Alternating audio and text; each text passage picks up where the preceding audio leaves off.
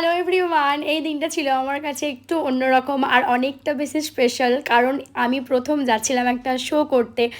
আর বিকালবেলায় আমি এখানে সুন্দর করে রেডি হয়ে নিয়েছি, আর কি পরবো সেটা ভেবে ভেবে তো প্রথমে পাগলই হয়ে যাচ্ছিলাম। তারপর ফাইনালি আমি এই ড্রেসটা পরে নিয়েছিলাম। আর তারপর আমরা চলে গিয়েছিলাম ক্যাফেতে, মানে যেই ক্যাফেটায় আমাদেরকে ইনভাইট করেছিল শো করার জন্য, সেখানে।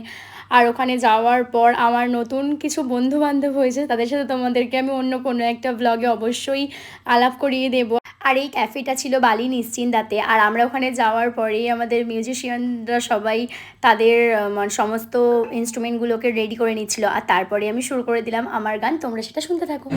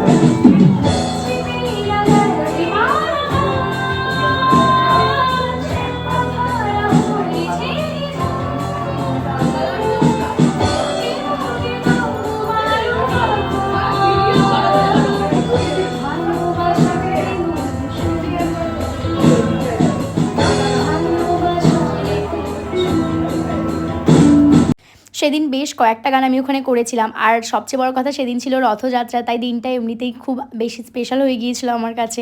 তারপর আমরা ওখান থেকে খেয়েছিলাম চাউমিন, খেয়ে দিয়ে চলে এসেছিলাম বাড়িতে। ভিডিওটা এতটুকুই, যদি ভালো লাগে লাইক করে দিও। বাই।